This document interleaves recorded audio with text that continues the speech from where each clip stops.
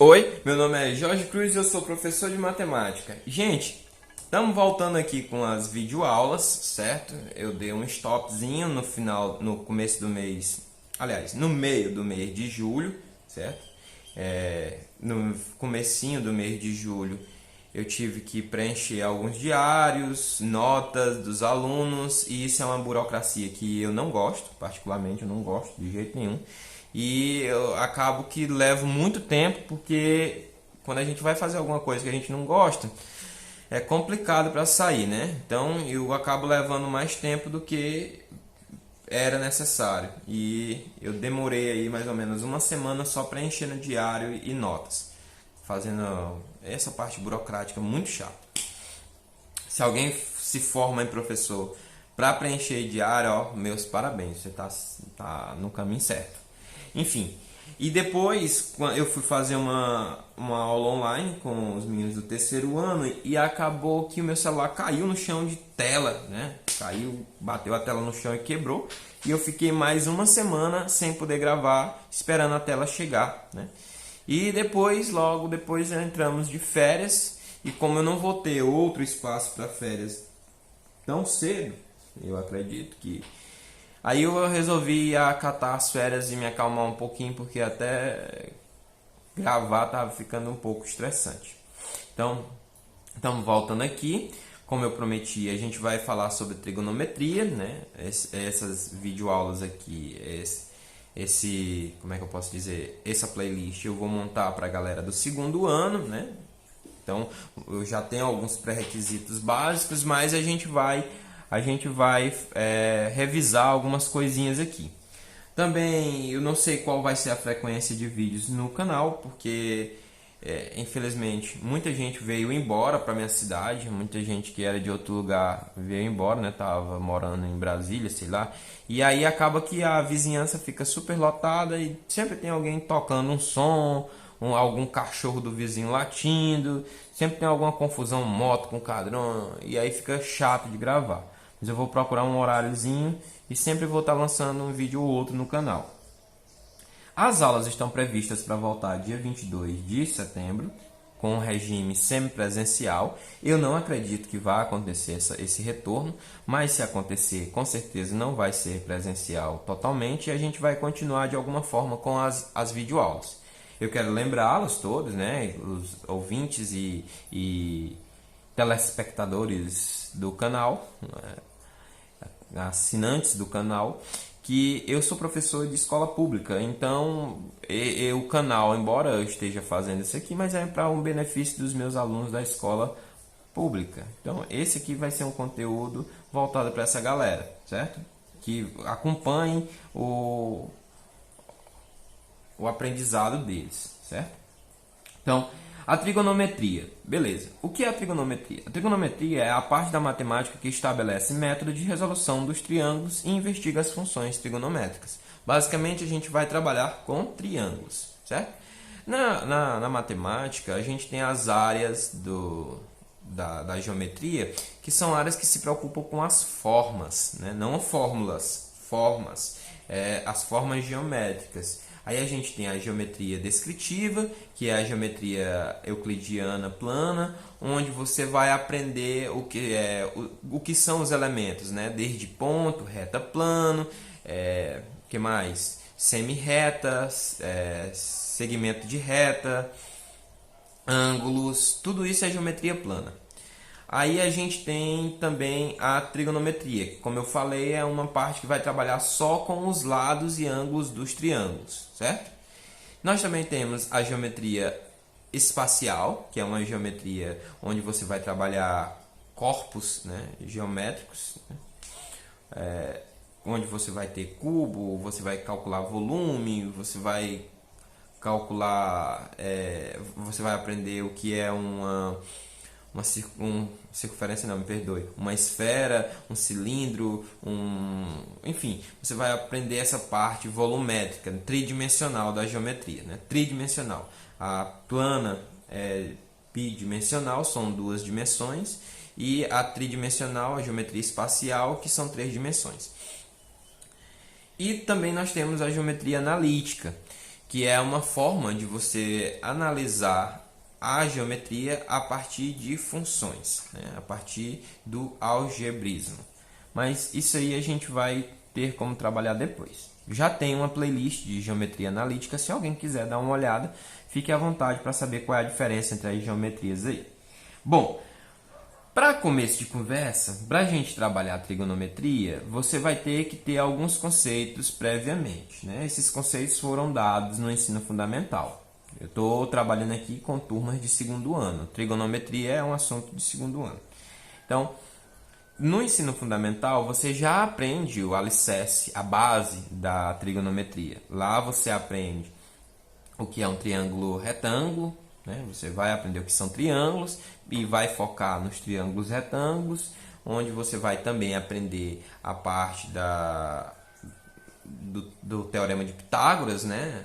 A hipotenusa, seus catetos, e depois você vai trabalhar as razões trigonométricas, né? Que seriam aqui a base para as funções trigonométricas que vem no ensino médio. São elas seno, cosseno e tangente. Enfim,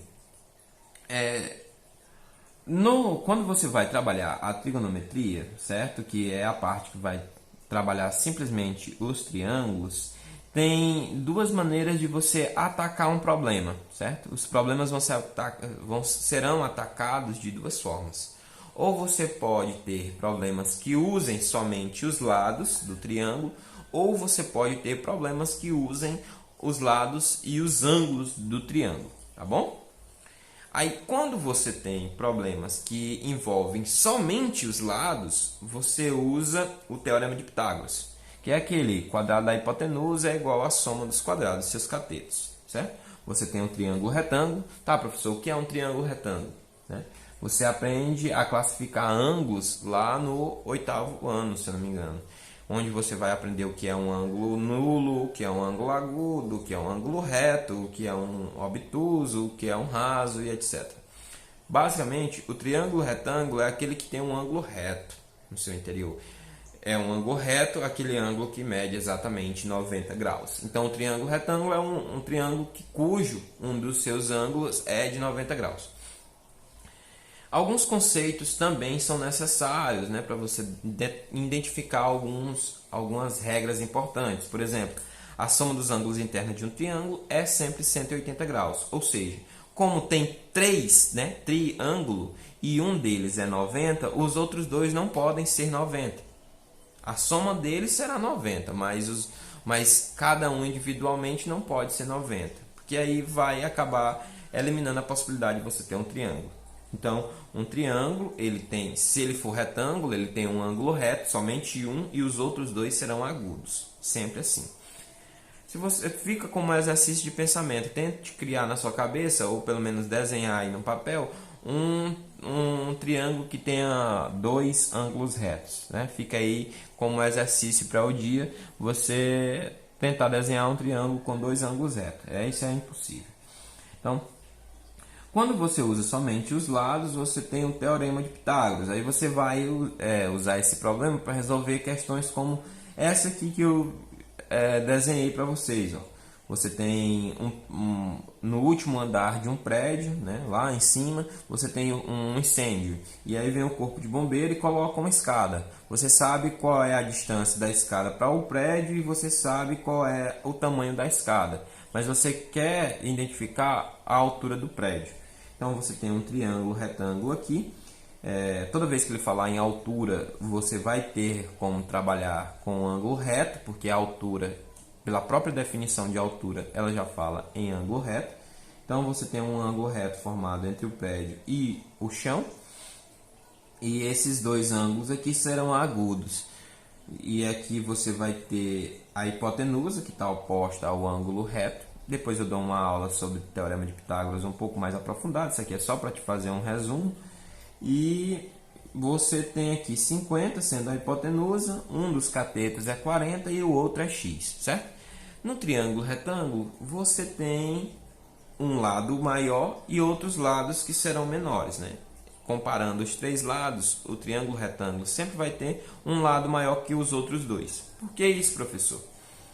Porque o ângulo maior, o ângulo de 90 graus, ele sempre vai estar olhando para o lado maior. Então, nesse caso, o ângulo de 90 graus está aqui, o lado maior seria C. E esse lado C seria a hipotenusa. Ah, professor, eu vi um desenho no livro tal que aqui não era C não, aqui era A. Não faz diferença, continua sendo a hipotenusa, tá bom? Só a representação pela letra que é um pouco diferente.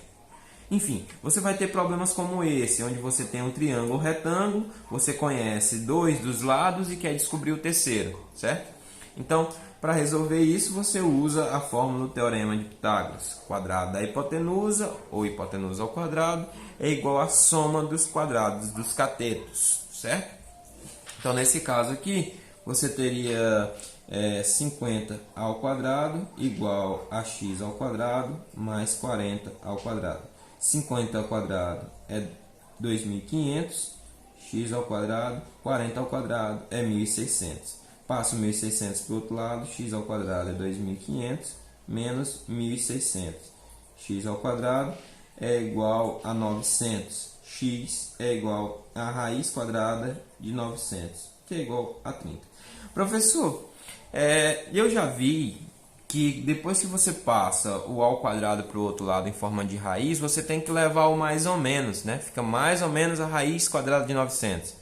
Certo, jovem padrão, isso está correto, porque você aprende isso inclusive no nono ano também, quando você vai resolver equações do segundo grau incompletas de B.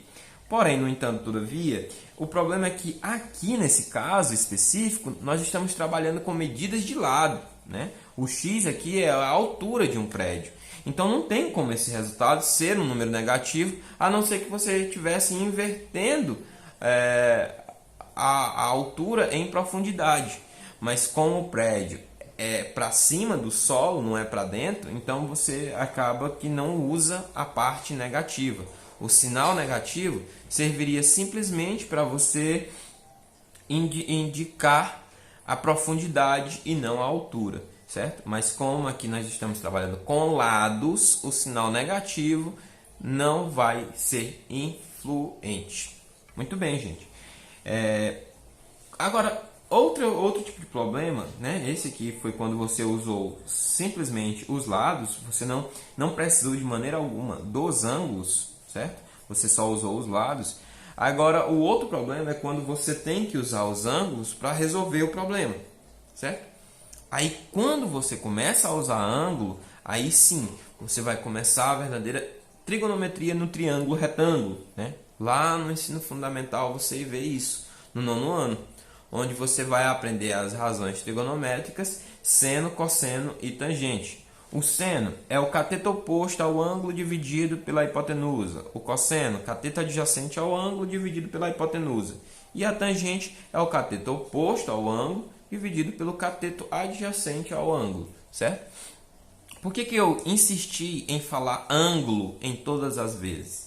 Porque se você não tiver um ponto de referência, as palavras oposto e adjacente ficam jogadas e você não tem como determinar a posição da coisa, né? Fica assim na mente flutuando. Você fica em dúvida, adjacente, oposto, o que significa isso? Se ele é oposto, ele é oposto a alguém. Se ele é adjacente, ele também é adjacente a alguém. Então é adjacente a um ângulo específico. Por exemplo, o que eu quero dizer com isso? O x ele é cateto oposto e adjacente ao mesmo tempo, certo? Como assim, professor? Esse x aqui, ó, ele é oposto ao 30 e adjacente desse ângulozinho bem aqui, ó. Tudo bem? Ó, ele é oposto porque está de frente e adjacente porque está ao lado. A mesma coisa acontece para o y. Esse cateto aqui, ó, o cateto y, ele pode ser oposto a esse ângulo laranja, como ele pode ser adjacente ao 30, certo? Então, depende do ponto de referência, depende do ângulo de referência em que você está tomando. Então, por exemplo, para o ângulo 30, para o ângulo de 30, o cateto oposto é o x e o adjacente é o y. Por quê? Porque o x está na frente e o y está do lado. Já para o ângulo laranja, o x é cateto adjacente e o y é oposto, certo? Então, você tem esse ponto de referência que muda totalmente a visão da coisa. Enquanto que para o x ser oposto, eu tenho que olhar a partir do ângulo 30. Para o x ser adjacente, eu tenho que olhar a partir do ângulo laranja. Uma outra coisa que também é relevante é você saber que a soma dos ângulos internos de um triângulo é 180, como eu tinha dito no começo do vídeo. Porque sabendo que a soma dos ângulos é 180 e ele te dá dois ângulos de um triângulo, tem como você descobrir o terceiro. Aqui vai ser 60, porque 30 mais 90 dá 120, para completar 180, está faltando 60. Enfim, como é que eu resolvo uma questão como essa? Onde eu tenho um ângulo, eu conheço um ângulo, né? No caso, se eu conheço o de 90 e outro ângulo, eu vou conseguir determinar o terceiro. Mas isso aí não vem ao caso. Eu sei do ângulo de 30 e tenho apenas um lado, que é o 50. Nesse caso, a hipotenusa, certo? Oposto ao ângulo de 90 graus. Como é que eu poderia resolver? Então, a partir desse momento, eu vou usar as razões trigonométricas, seno, cosseno e tangente. E também eu vou dar uma aula específica só sobre isso. A tabela dos ângulos notáveis você usa para poder resolver questões que usem seno, cosseno e tangente, certo? O que são esses ângulos notáveis? Tá. Quando você vai resolver uma questão como essa, como é que a gente vai poder fazer? A gente vai fazer o seguinte. Seno de 30 é igual ao cateto oposto sobre a hipotenusa. Seno de 30 é igual. Quem é o cateto oposto ao 30? É o x, ó. Cateto oposto é quem ele está olhando, ó, é o x. E a hipotenusa, 50. Veja que aqui, nesse caso, eu tenho duas incógnitas. Duas, professor? Não é só uma, não? Não, são duas, ó. Você tem o seno de 30 e o x, certo? Você não sabe quanto é o seno de 30. Na maioria dos livros de nono ano, você tem uma tabela com todos os senos, cosseno e tangente dos ângulos entre 0 e 180, se eu não me engano. Dentre eles, 3 são bem relevantes, que são chamados de ângulos notáveis. Quem são eles? 30, 45 e 60. Por que esses ângulos são notáveis? Porque o seno, o cosseno e a tangente deles é possível descobrir usando a geometria descritiva, a geometria plana. Aí eu uso o triângulo equilátero para determinar o seno, o cosseno e a tangente dos ângulos de 30 e 60 e uso o quadrado, né, a diagonal, sendo mais específico, a diagonal do quadrado, para determinar o seno, cosseno e a tangente do ângulo de 45. Também eu vou dar uma aula montando aqui a tabela dos ângulos notáveis a partir desse cálculo. Não se preocupe. Então, fazendo o cálculo do seno de 30, né, usando a altura do triângulo equilátero, eu consigo determinar que o seno de 30 é 1 sobre 2, certo? Essa tabelinha todo mundo sabe fazer, né? Aquela tabelinha 1, 2, 3, 3, 2, 1, todo mundo sobre 2, raiz em cada um. O 1 não tem raiz, enfim. Você com certeza já viu pelo menos uma vez essa tabela sendo montada. Então, essa tabela ela não surge do nada, né? Tem como a gente calcular, por isso que são chamados de ângulos notáveis. Aí você tem 1 sobre 2 aqui no lugar do seno de 30, né? O seno de 30 é 1 sobre 2. Aí o que eu vou fazer? Eu vou pegar o seno de 30 aqui e vou trocar por 1 sobre 2. Aí faz 1000 pelos extremos, então fica 50 igual a 2x, certo? Então x é igual a 50 sobre 2, que é 25. Então o x é 25. Aí agora você tem um problema bem mais simples de ser resolvido, porque agora você tem o 50 sendo um dos lados e o 25 sendo o outro. Então agora você tem como calcular usando o teorema de Pitágoras. Ou se você quisesse, né, ainda, você usaria novamente a trigonometria, tanto sendo pelo cosseno de 30 como o seno de 60, né, que é o ângulo laranja aqui, como a gente já tinha comentado. Mas se eu quisesse usar o cosseno, seria assim, ó, cosseno de 30 é cateto adjacente sobre a hipotenusa. Então, o cosseno de 30, você vai dar uma olhada na tabela dos ângulos notáveis, quem é o cosseno de 30. Olha, o interessante é que quando você está resolvendo questões de trigonometria em alguma prova, sempre o professor vai dar essa informação do seno, cosseno e a tangente de qualquer ângulo, só que ele nunca vai te dar o de 30, 45 e 60. É sua obrigação saber esses 9 valores aqui, ó. Basicamente é isso, certo? Sua obrigação é saber esses 9 valores. Então, cosseno de 30, raiz de 3 sobre 2. Então, raiz de 3 sobre 2. Cateto adjacente, quem é o cateto adjacente? É o y, né? É o cateto que está ao lado do 30. Professor, por que o cateto adjacente do 30 não pode ser o 50, já que também está do lado? Porque o 50 é a hipotenusa, né? Ele só é cateto ou hipotenusa, certo? Então, não tem como você pegar a hipotenusa aqui e dizer que é um cateto. Então, para ser cateto adjacente, obrigatoriamente tem que pegar um cateto, certo? E a hipotenusa seria 50. Faz meio pelos extremos, você vai determinar que y é igual a 25 raiz de 3, tá bom?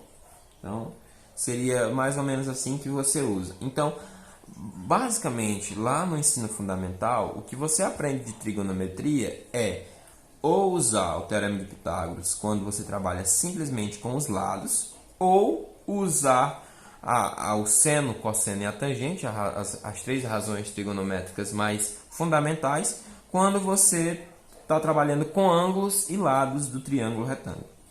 Essa aula aqui ela ficou um pouquinho maior do que as demais, porque é uma abertura de conteúdo. Eu espero que você continue acompanhando os vídeos no canal. Não vou dar promessas aqui de quantos vídeos por semana, ou vai ser o suficiente para a gente chegar até setembro com alguma base, né? Eu espero que, se a gente retornar, que seja da melhor maneira possível. Não sei como, mas a gente vai esperar isso aí. Então, espero que você tenha gostado. Se você entendeu, por favor, deixa o like, compartilhe com alguém que esteja sem estudar, né? E aí, deixe aí suas dúvidas nos comentários. Ajude a divulgar esse trabalho aqui, porque realmente, sem divulgação, eu não vou conseguir ter animação para continuar a fazer esses vídeos sem ninguém estar me ouvindo, né? Porque fica chato sem ter a dinâmica de conversação que um professor tem em sala de aula. Muito obrigado, tamo junto, é nóis!